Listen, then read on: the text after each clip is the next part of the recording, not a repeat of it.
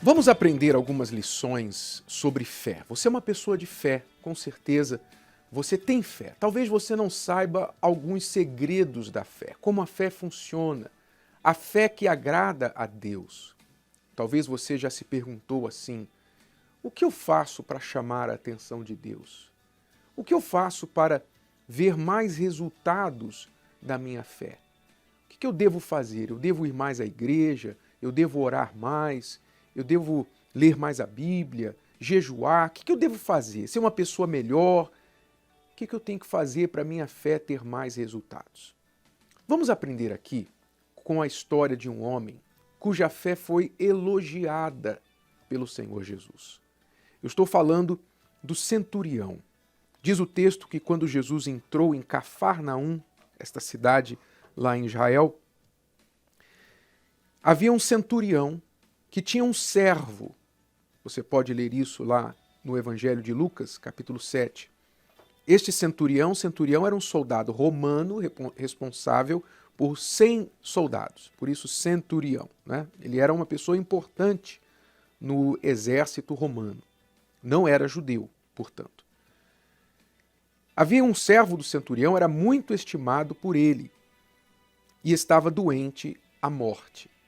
Então este centurião tinha um servo, quer dizer, um homem de posses, ele tinha um servo, mas o fato de o texto mencionar que o servo era muito estimado pelo centurião, mostra que este centurião era um homem bom, era um homem de bom coração, ele se importava com o servo. O servo estava doente, ele poderia, se fosse um homem qualquer, um senhor qualquer, poderia dizer assim: bom, vai morrer logo, tenho que achar um outro para colocar no lugar. Mas não, ele estava compadecido pela situação do seu servo. Então era um homem que tinha um coração bom. E mais nós sabemos a respeito dele. Quando ouviu falar de Jesus, enviou-lhes uns anciãos dos judeus, rogando-lhe que viesse curar o seu servo. Então ele ouviu falar de Jesus, teve fé e pediu que os anciãos dos judeus convidassem Jesus para vir curar o seu servo. Chegando eles junto de Jesus, rogaram-lhe muito, dizendo: é digno de que lhe concedas isto, porque ama a nossa nação e ele mesmo nos edificou a sinagoga. Então, mais uma qualidade do centurião. O centurião você deve saber que na altura, Roma estava tomando conta de Israel. Israel era uma colônia, uma posse de Roma, do Império Romano. Então os soldados estavam ali para vigiar, para cuidar, para tirar as taxas, os impostos dos judeus. Mas este homem centurião, ele amava a nação de Israel. Contrário da maioria, na época e até hoje. Ele amava a nação de Israel e amava tanto que ele chegou a construir uma igreja ou uma sinagoga, a igreja judaica, para o povo judeu. Quer dizer, usou das suas próprias posses, não precisava fazer isso, não tinha nenhuma ordem para ele fazer isso, mas voluntariamente ele construiu uma igreja para o povo judeu. Quer dizer, era um homem que realmente tinha dentro de si uma afeição, uma admiração pela fé de Israel. Então, os judeus intercederam por ele junto ao Senhor Jesus, dizendo: ele é digno que lhe concedas isto. Jesus foi com eles. Obviamente aqui você vai entender que não foi por isso que Jesus foi estar com eles. Mas quando já estava perto da casa, enviou-lhe o centurião uns amigos, dizendo-lhe: Senhor, não te incomodes, porque não sou digno de que entres debaixo do meu telhado. Veja, os amigos dele, judeus, falaram para Jesus: ele é digno, porque eles estavam olhando o fato de ele ter construído a sinagoga, um homem generoso, um homem que amava a nação de Israel. Então os judeus falavam: olha, um homem digno. Só que o centurião falava: não, eu não sou digno. Eu não sou digno nem de que o Senhor entre na minha casa. Então ele continuou dizendo: por isso, nem ainda me julguei digno de ir ter contigo. Dize, porém, uma palavra e o meu criado sarará. Porque também eu sou homem sujeito à autoridade e tenho soldados sob o meu poder. E digo a este, vai, e ele vai. E a outro, vem, e ele vem. E ao meu servo, faze isto, e ele o faz. O que ele quis dizer aqui é, ele sabia muito bem o poder de uma autoridade, da palavra de uma autoridade, e ao mesmo tempo ele estava se colocando debaixo da autoridade do Senhor Jesus. Ele estava dizendo, eu sou soldado, eu sei o que é obedecer, e eu sei o poder da palavra de uma autoridade. Eu não preciso que o Senhor venha na minha casa, eu só preciso que o Senhor dê a ordem. Olha a fé do centurião. Olha só o raciocínio, é isso que a gente chama de fé inteligente.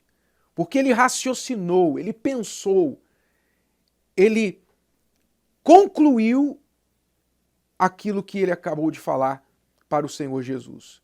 Então aquela fé manifestada de forma inteligente, não houve oração, não houve ajoelhar, não houve nenhum ritual religioso ali.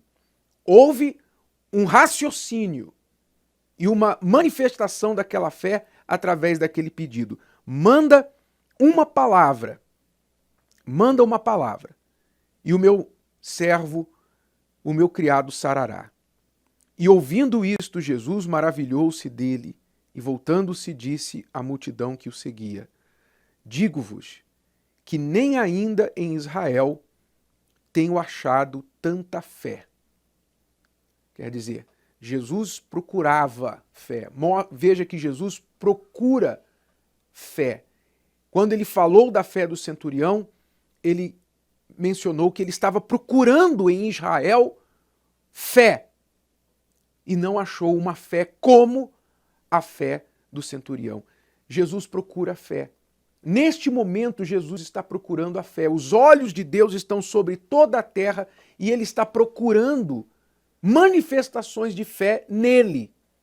Quando ele acha uma pessoa manifestando a fé, ele imediatamente corresponde à fé daquela pessoa, como aconteceu com o centurião, que diz, voltando para casa os que foram enviados, os amigos do centurião, acharam são o servo que estava enfermo, quer dizer, estava curado.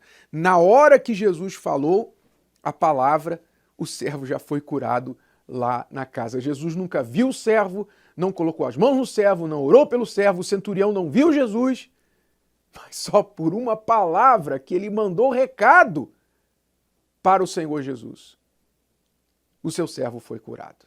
Então a fé tem estas características. Veja que a principal característica da fé do centurião não foi que ele era um homem bom. Isso chamou a atenção de pessoas, chamou a atenção de Deus, não há dúvida. O destacou dos outros centuriões porque com certeza os soldados romanos, na sua maioria, deveriam ter um toque de crueldade, tinham que ser violentos, tinham que ser cruéis, tinham que ser duros com o povo, até para impor o medo, o terror, para que eles viessem aniquilar qualquer senso de rebelião. Mas este centurião era diferenciado. Isso chamou a atenção dos homens, chamou a atenção de Deus, mas foi a fé dele, com aquela palavra, com aquele raciocínio, aquela inteligência que fez com que o seu servo fosse curado imediatamente. Então, o que isso significa para você, para nós hoje?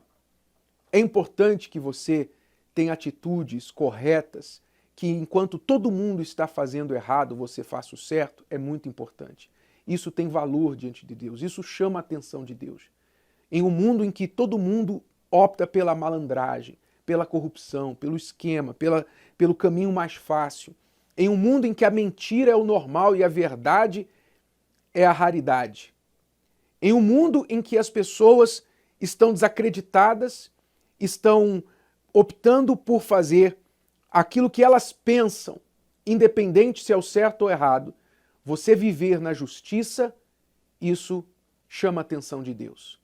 Deus é atraído por pessoas assim. Mas não se esqueça que não basta você ser uma pessoa boa. Não é simplesmente ser bom que vai trazer a bênção de Deus para você. Você precisa agir a sua fé.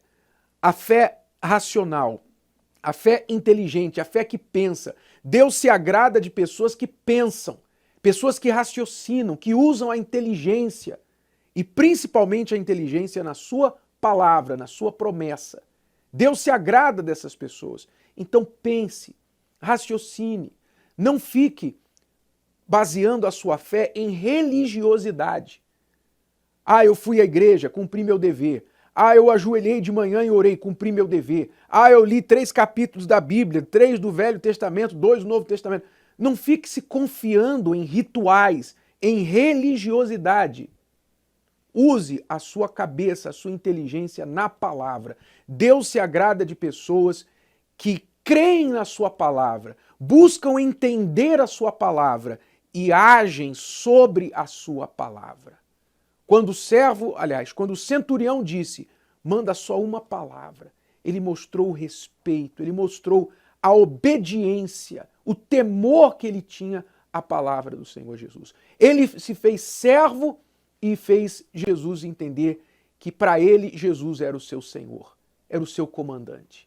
Então, você tem feito isso com a palavra de Deus? Ou Deus tem falado e você tem dado de ombros? Gostou? Que tal ouvir de novo? Ouça quantas vezes precisar, até que este conteúdo faça parte de você. E não se esqueça de dar o seu like, comentar e compartilhar. Até a próxima!